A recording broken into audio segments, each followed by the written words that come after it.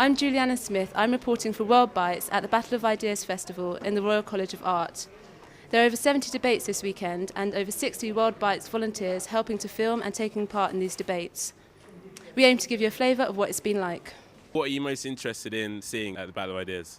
The recession in the state, because I really want to know what is the cause of the recession. Population is such a big controversial topic right now, and it will be interesting to see what they're going to be talking about. I mean, there's got somebody, Dr. Ellie Lee from the University of Kent, and it will be interesting to see her talk. And yeah, I'm really looking forward to see some of the debates about immigration and also about consumption and how we pretty much destroying the world. So we're interested to see more than one view to it. Do you think you're going to be speaking up from the floor and contributing your ideas? I think I'll be a really good listener. So can you tell me a little bit about what type of debate you're looking forward to? I'm interested in science, so I'm going to check out the debates on sciences, and there's one on video games that looks interesting as well. I'm going to be mainly in Lecture Theatre 1, watching all the ones about IVF and human reproduction and genetic screening, things like that. I'm interested in the sociology debates and the political debates, and I'm not really into the science ones. I'm a politics student at sixth form, so I thought this would be quite interesting. I'm interested in them sort of issues anyway.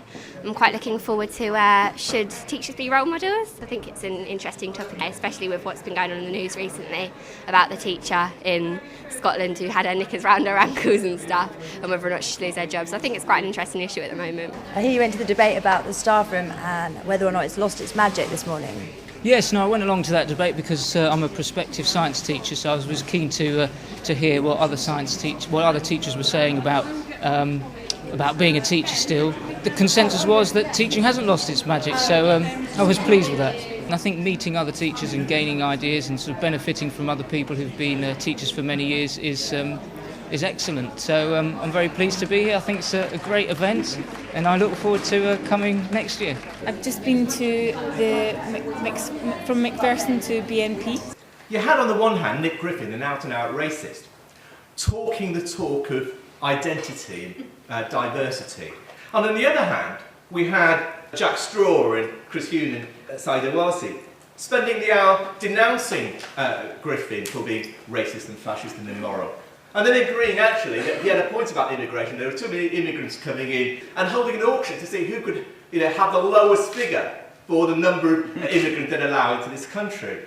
Was there a kind of conclusion? It didn't really come to a full conclusion, but one woman brought up a really beautiful point about children and how they're not actually racist. But she was on the train this morning, and she was on the district line, which got more and more what could you say, more Asian people, more black community coming onto the train, and I think her daughter had mentioned that, why is that person browner, or why has that person got big lips, and it's not about that child being racist. I think it's more says something about what we are thinking. If you're embarrassed by that, it's a kind of outlook on yourself, not that child. Yeah, I really like. This is my second BOI festival where I am, and I really like it. There's so many new issues which is coming up. And what have you just been to see? I just saw Mr. Obama goes to Washington. Could you give me a rundown of the debates then? I think the panelists did really well in pointing out the fact that it takes a long time to get stuff done in Washington. Welcome, Wendy Kaminer. Thank you for taking your time out today to talk to us. It's my pleasure.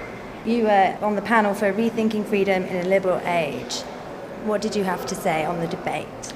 We talked a lot about the value of free speech and about the increasing illiberalism of liberals today, and the notion that's fashionable among many self-styled progressives that we don't have a right to insult each other, that we should restrict speech that's considered abusive or insulting or somehow hostile to equality.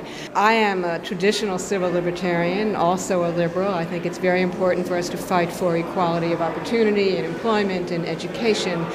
But I don't think we should be trying to fight for what I think of as existential equality. I don't think it's the state business to look after people's psychological well-being and to protect us from the offense that we may take at what we all say to each other. I think free speech is a foundational right of any free society. Someone told me that the BNP is now going to have to change its constitution to admit minorities. I think that's outrageous. I think it's not the state's business. That destroys the right of free association. The right of free association freedom means nothing if the state can tell a group who it can or who it must or may not admit as members. You have no right to control your own message if you have no right to control your own membership. And I think it's very important to remember that, especially at a time when we're concerned about increasing government surveillance, increasing government intrusiveness, that a very important bulwark against government repression is the right of people to get together in their own groups and control their own groups and control the messages of their own groups. So I think that's an outrageous violation of freedom, and of course I say that without any sympathy at all whatsoever for the BNP. I've just come from the art and criticism debate.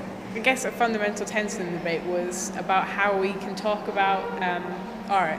That, I mean, without, now that there's kind of the death of the author, someone was saying now there's the suicide of the critic, that people used to kind of very obviously kind of compare a historical work that was, everyone thought was great, and then you had all these different performances of it. So you could say, oh, Olivier's performance of Hamlet compared to David Tennant, compared to this agreed upon work, and everyone in the audience knows it.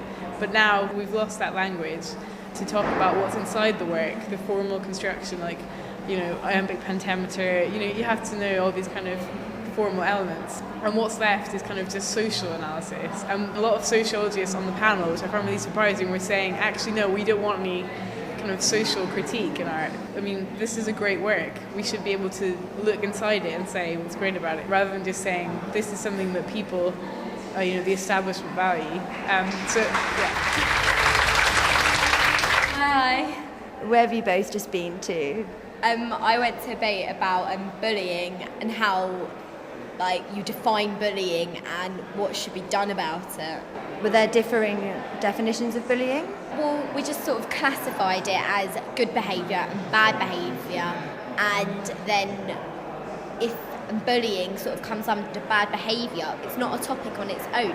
It's like a section of bad behaviour, and if it's bad behaviour it should be dealt with, and it's more behaviour policies, not anti-bullying. There shouldn't be anti-bullying. What have you been to see today? I chaired a debate about energy and why it's such a big discussion, and I've just been in another session about energy now, talking about nuclear energy and whether we live in a new nuclear age or not, or whether nuclear power is the way to go forward to solve our various energy and climate problems.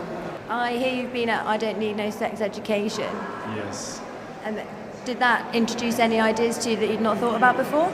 Actually, my personal ideas changed during the discussion, which was really interesting because at the beginning when the panel presented themselves, I was leaning on one side. Then during the discussion, my ideas changed. And this is why I think it's really important to discuss and debate things, because we change our minds as we discuss things and we introduce ourselves to new ideas. We share our own ideas. And I found it really fascinating.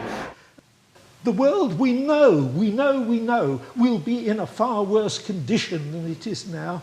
And what are we doing about it? Talking about the freedom to fly, the freedom to see the world. Fight over flights, I think it was very outrageous, and I really disagree with some of the speakers over there, because basically they were saying that emission fuel and we should abolish lots of flights. I'm Italian and I don't think it's right, because it's important for me to go home every month at least. So if you really want to tackle the environment pollution, you need to do other things. I've been to the session on why it matters to listen to classical music, and it was fantastic. The panel was great, the speakers were really great, they had fantastic contributions. It was quite thought-provoking, and we had very good debate. The audience participated equally to the panelists, and people had very good ideas, quite crazy as well. One of the sessions was about the parliamentary corruption, which is apparently endemic. And it was really refreshing that they were going back to first principles. I hear you've been listening to quite a mind-changing debate on philanthropic capitalism. It was about basically rich people, very, very, very rich people, who set up foundations and give their money to charity. And it was very mind-opening for me, because a lot of these people get quite a bit of resentment from the masses, like the rest of us, because obviously we can't afford to set up our own foundations and help the poor. What was the argument against philanthrocapitalism? It's, in a way, a form of sort of a pastime or a sport for rich people who have done everything else, and then like really, really rich men like Bill Gates, when they retire, just to set up a foundation and give African children jabs. It's been really good. I've been down to the Battle of Ideas before. I came down last year and stuff, and it's always surprising in a good way, and always come away feeling as though your mind's been worked fairly heavily as well. You mentioned earlier that you'd been to the balloon debate. Yes, I was speaking in the balloon debate as a representative of the French Revolution. Premise being that competing revolutions would argue their case for being maintained in the history books and knocked out in rounds. Didn't win in the end. The scientific revolution won over the industrial revolution via an arm wrestle. That's unconventional, but I think fitting in the light of what actually took place. Yeah. There's also a loud debate about whether aid is actually any good at all, and there's some who argue that it is in fact disastrous and a real hindrance for Africa's development. Certain classes of asylum seekers in this country don't just have to be destitute before they get support. They have to be destitute plus. I think they're really interesting because it's not just academics, so you get an idea of some of a range of viewpoints on a particular issue. I know this is deeply insulting to fish rights. I do want to ask you, do you think we are running out of water? Hi Claire, thanks for joining us. How do you think it's all gone? Well, actually, I'm really pleased with this weekend. This morning, as I arrived in the rain, and I said, oh, no one's going to come, oh my God, it's a horrible day, who's going to turn out? And then suddenly, there's hundreds of people here. And the discussions and debates that I've been in today and yesterday have illustrated that there is a really healthy appetite and thirst for interrogating ideas with some complexity, people not prepared to have easy answers or sound bites, and actually I feel in some instances we've moved the debate forward substantially. Has anyone succeeded in changing your mind? They've made me rethink a few things. I think the discussion on nudge, nudge, nag, nag was an incredibly useful look at what's going to be a very important new policy. We had Tim Montgomery discussing how Cameron would put that into policy terms, and it made me realise that discussion is more important than I'd even thought it was. I enjoyed the keynote on a good society and the kind of values we have, and I think that some of the contributions from the floor again made me realise that the things which I was worried about in terms of new values, one of the things that I think we've got to be wary of now is a real kind of pessimism and fatalism where people feel they can't act on the world and are just victims of the circumstance.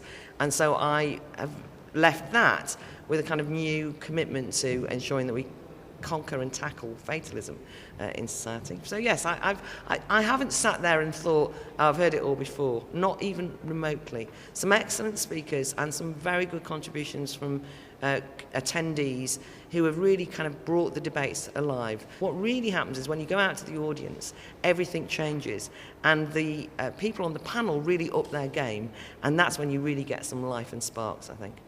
So I say let's, in good faith, take up the mantle of Prometheus and master the secrets of life.